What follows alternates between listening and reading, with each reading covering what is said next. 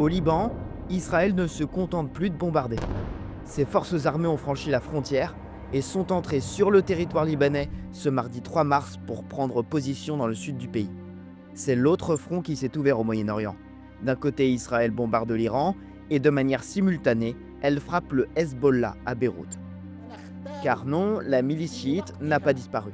Depuis la mort de l'ayatollah Khamenei, les hommes du Hezbollah envoient de nouveau des roquettes sur Israël. Mais ont-ils encore les moyens de menacer l'État hébreu et que va faire l'armée libanaise régulière? On essaie de comprendre l'autre guerre déclenchée au Moyen-Orient.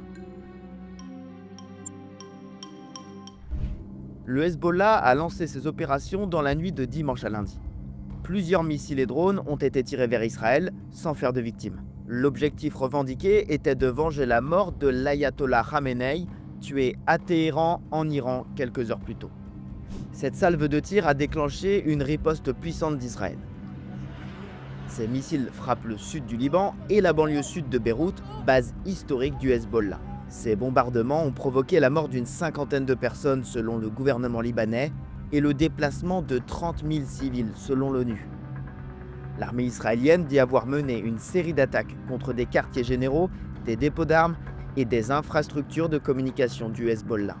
Ces hommes prennent désormais des positions stratégiques dans le sud du Liban pour, disent-ils, protéger les villes du nord d'Israël.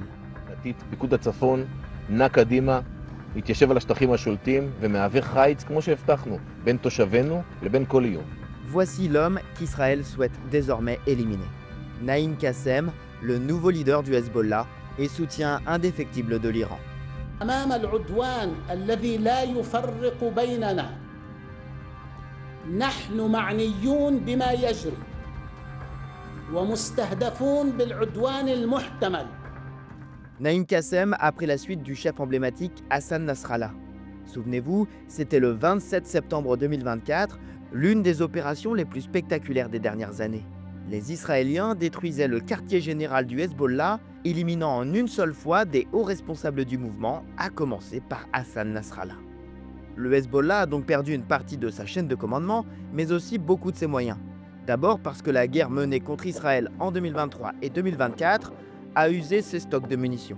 Également parce que les livraisons d'armes par l'Iran sont maintenant beaucoup plus délicates.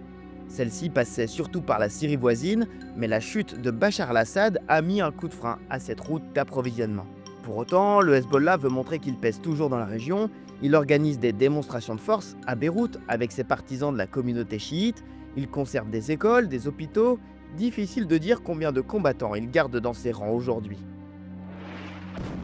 Israël s'est donc lancé dans une nouvelle stratégie pour affaiblir encore davantage la milice, assécher ses comptes en banque. De nombreuses institutions financières ont été visées à travers le pays ces derniers jours. Le Hezbollah survit notamment grâce aux revenus de la vente du Captagon, une drogue de synthèse consommée essentiellement au Moyen-Orient. Mais preuve de son affaiblissement, le chef du gouvernement libanais s'y oppose désormais frontalement.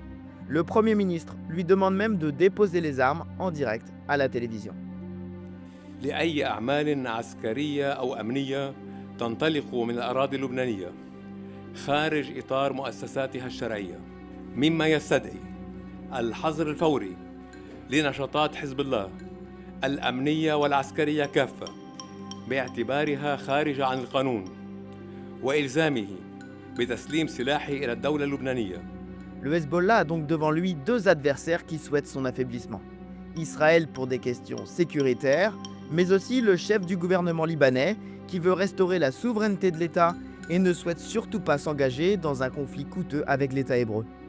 Ce mardi 3 mars, l'armée libanaise a ainsi retiré ses blindés de la zone du sud Liban après l'annonce de l'avancée des forces israéliennes dans la zone.